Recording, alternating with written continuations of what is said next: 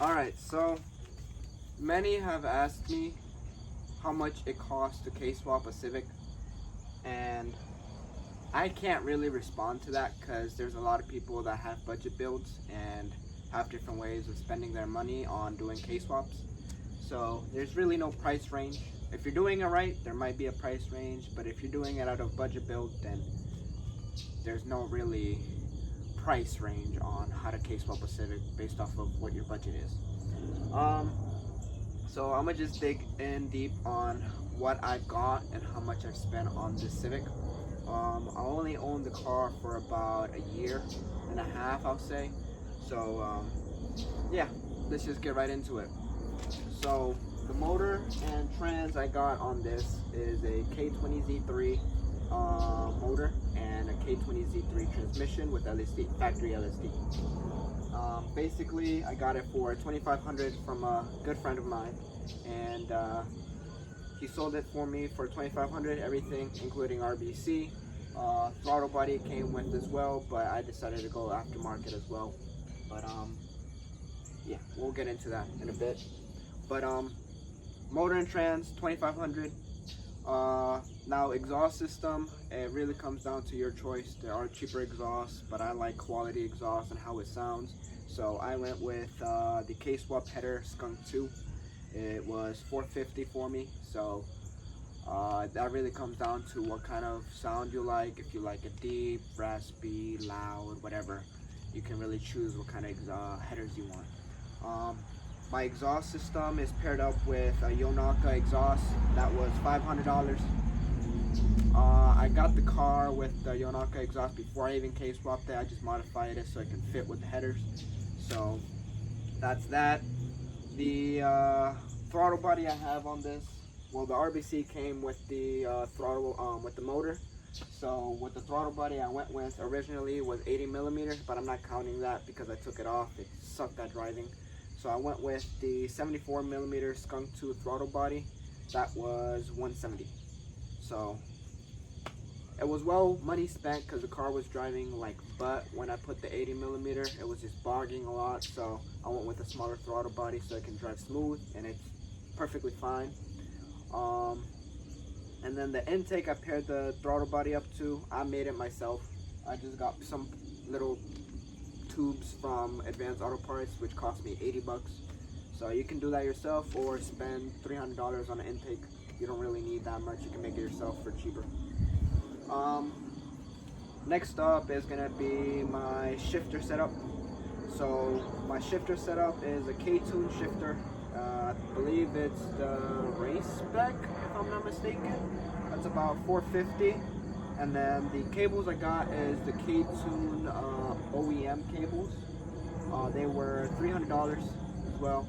I would recommend the K-Tune OEM if you like the OEM specs, just because you don't have to adjust anything and it feels like OEM but just better bushings.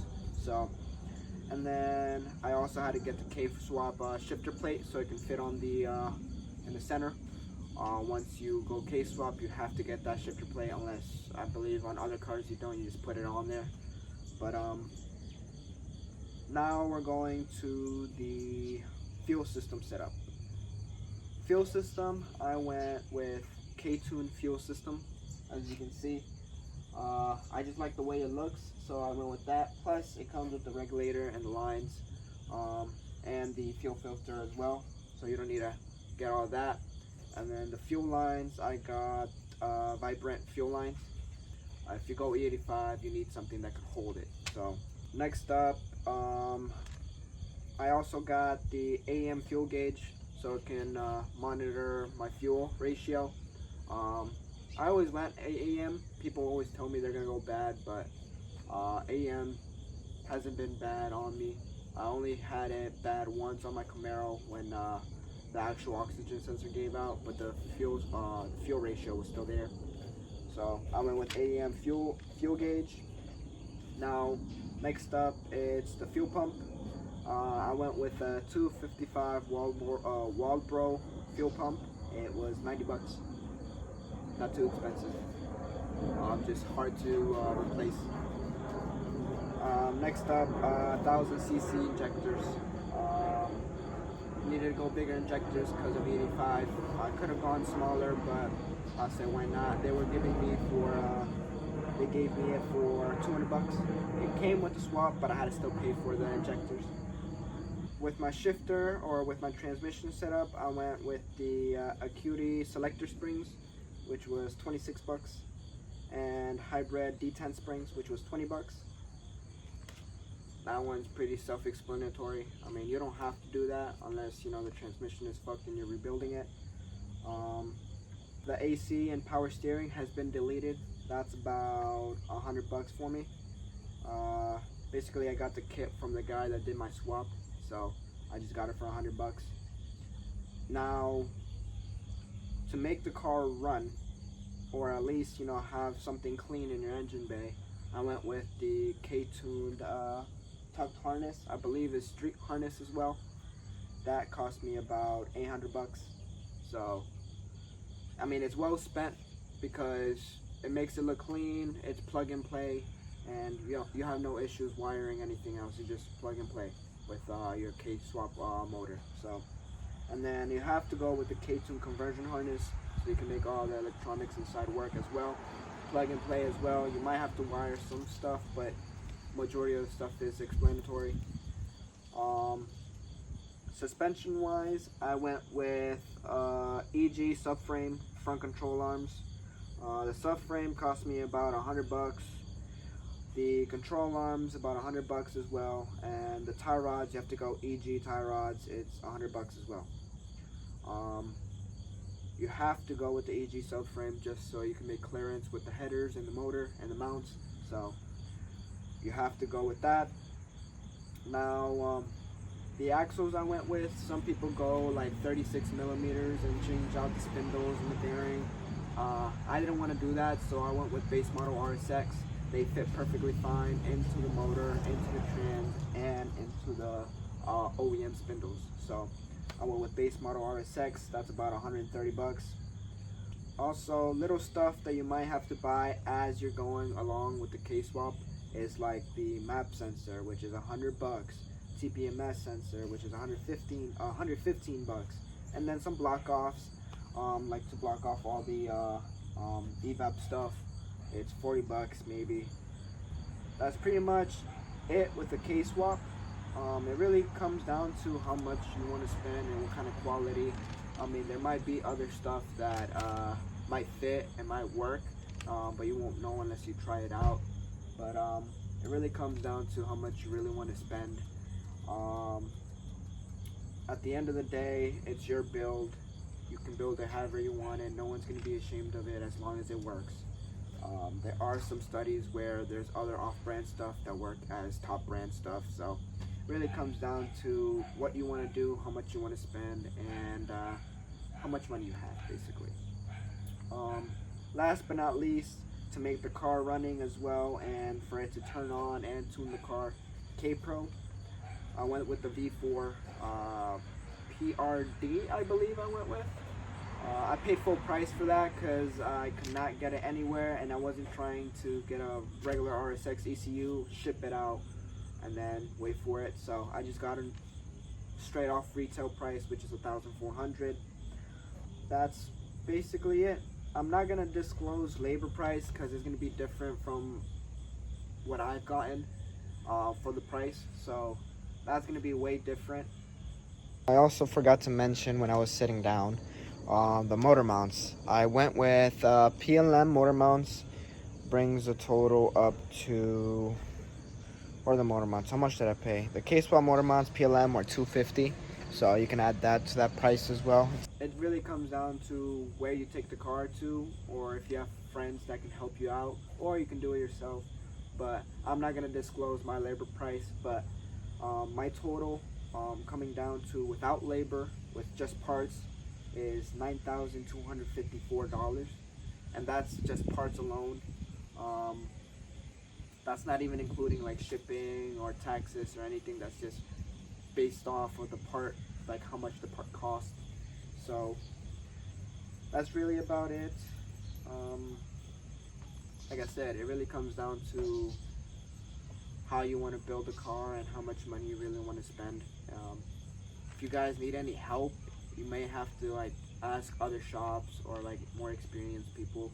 I mean, I've asked a lot of questions on what I need to get, what I need to do, what I have to do, what I need to get. So it really comes down to like what kind of what kind of build you want to do. You can go with different types of motors. I mean, I went with this one because it was the only one available for me, accessible, and he already had it. So I would have went with K24, but I went with the K20Z3 because he's the one that had it. And I mean, not gonna lie, the Z3, I've heard a lot of good reviews on it. So I've seen a lot of good reviews of it holding boost, also holding up for a good all-motor setup as well. But we'll see how this goes. I have a lot of planned with it. I did want to go all motor, so we'll see about that. If I want to go boost, I'll probably do that later down the road, but you guys will see that. I'll keep you guys updated. But yeah, that's basically the rundown of everything I've gotten. But yeah, that's basically what I've gotten for everything on this car to K-swap it. All the accessory stuff, like to make it look clean, I did not include as well. That's just my liking and what I wanted to do. So that, if you have the money to do that, you can do that on your own, but I just strictly did what was needed for the K-swap.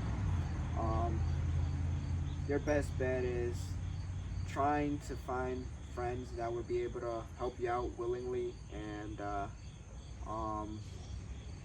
just have good connections when it comes to the car community, because if you have no good connection and you don't know what you're doing, it's really tough out here to make a budget build. So but hopefully you guys enjoyed this video. If you guys need any help, or if you guys have any more questions, just leave it in the comment section below. I'm pretty quick to respond. Or if you have any more thoughts about anything you want to see, let me know. I'll do that for you, or I'll help. I'll show that to you guys. So, but that's pretty much it. I didn't even know how much everything was until I added everything up, and I was like, damn, I put a lot of money into this. That's not even including the car itself, so that's just strictly parts and case swapping. If you guys have any questions, just let me know in the comment section below. Don't forget to subscribe, and thank you for 170 the last time I checked. 170 subscribers. That really means a lot to me. It's been going up, and I really appreciate you guys subscribing and enjoying the videos. Last video did pretty good as well. Last time I saw it, I think I had 2K views with like 55 likes, which isn't decent for a small YouTube channel. So hopefully you guys enjoyed this little video. And like I said, if you guys have any more questions, just let me know. I don't get bothered if you guys ask me questions. I like to help out the car community, or help out other people that are trying to build their car as well, or don't have any idea what they're doing and they just need advice on what to do. Just let me know. I'll help you out. I'm not gonna get mad for you commenting, or just don't be shy. Just, ask your question if you need any help. But yep, hopefully you guys enjoyed that little video. I just wanted to make this so you guys can have an idea of what it would take to K-swap a car. So that's about it. So I'll see you guys on the next one.